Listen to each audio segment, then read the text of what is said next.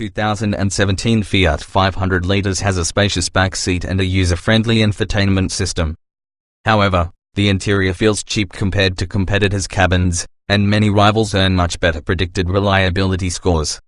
Even though the 500 liters has a low starting price, you'll be better off choosing a rival if you can afford it. The 500 liters basement level predicted reliability rating is a serious red flag that may end up costing you a lot of money in visits to the mechanic. The 500 liters feels cheaper inside than many competitors that have more upscale interiors with better quality materials. Many rivals offer more advanced safety and tech features as well. For this 2017 Fiat 500 liters overview, we compiled and analyzed 30 different data sets comprised of professional reviews, crash test results, and predicted reliability ratings. We provide all the information you need to know, from what features you'll find inside the cabin to what sort of gas mileage you can expect to get, so you won't have to search around the internet to figure out if the 500 liters is the right car for you. With a starting price just over $20,000, the 500 liters is less expensive than most wagons and comparable to many hatchback competitors. You'll pay a similar price for a base Fiat 500X, but the lowest trim of the Mini Countryman is several $1,000s more expensive. There are two higher 500 liters trims. When fully loaded, the 500 liters can cost nearly $26,500, which is still less than you'd pay for many rivals. The general impression of the 2017 Fiat 500 liters is that its engine feels a little weak and that it isn't as nimble as many class rivals. And while the ride is smooth on the highway, the 500 liters does a poor job of absorbing road imperfections.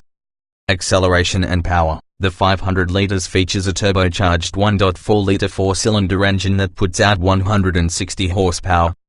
That engine is mated to a responsive 6-speed automatic transmission. The engine has pretty good acceleration at lower speeds, but it feels a little weak if you're trying to pass on the highway.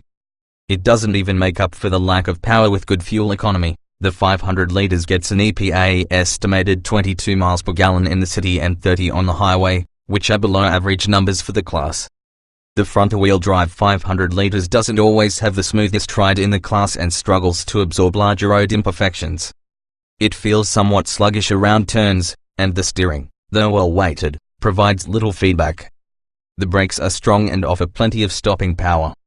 With the base engine, the 300 gets an EPA estimated 19 miles per gallon in the city and 30 miles per gallon on the highway. Those are comparable to the ratings that V6-powered rivals get. The V8 is less efficient, earning 16 miles per gallon in the city and 25 miles per gallon on the highway. Handling and braking. The 300 comes standard with rear-wheel drive, and all-wheel drive is available. Ride comfort is the priority here, but there's still room for improvement. The 300 feels relatively smooth, but road imperfections will jar you and your passengers. Handling is subpar, even for a large car. It isn't nimble, and there's noticeable body lean when cornering. Some cars have a level of luxury that far exceeds their price tag. The 2017 Fiat 500 liters is not one of them. Though the overall design is somewhat stylish, the interior includes hard plastics and other low-grade materials that make it feel cheaper than class rivals. The front seats are roomy but not all that supportive, but the rear seats provide enough room for adult passengers. Some class rivals have more cargo space with all seats in use, but the 500 liters has one of the highest max capacities in the class. Seating. The most notable tech feature is the Uconnect Infotainment system, which has a responsive touchscreen and an easy-to-use interface. But if you're looking for driver assistance features, it's best to explore other options. The 500 liters seats 5 and comes standard with cloth upholstery. Leather upholstery and heated front seats are available.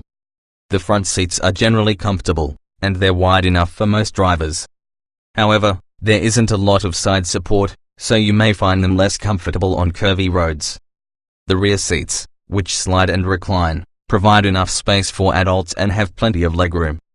Interior features. If you have small children, you'll appreciate the 2 sets of latch connectors in the second row. The anchors are easy to find unless the rear seats are slid all the way back. And while that sliding seat provides extra space, it still may not give you enough room to install a car seat without moving the front seats forward, a potential problem if you're a taller driver. The 500 liters comes standard with a 6-speaker audio system, Bluetooth, a USB port, and Fiat's Uconnect infotainment system with a 5-inch touchscreen. Optional features include a 6-speaker Beats audio system, satellite radio, a dual-pane sunroof, dual-zone automatic climate control, a rear-view camera, rear parking sensors, and an upgraded Uconnect infotainment system with a 6.5-inch touchscreen and navigation.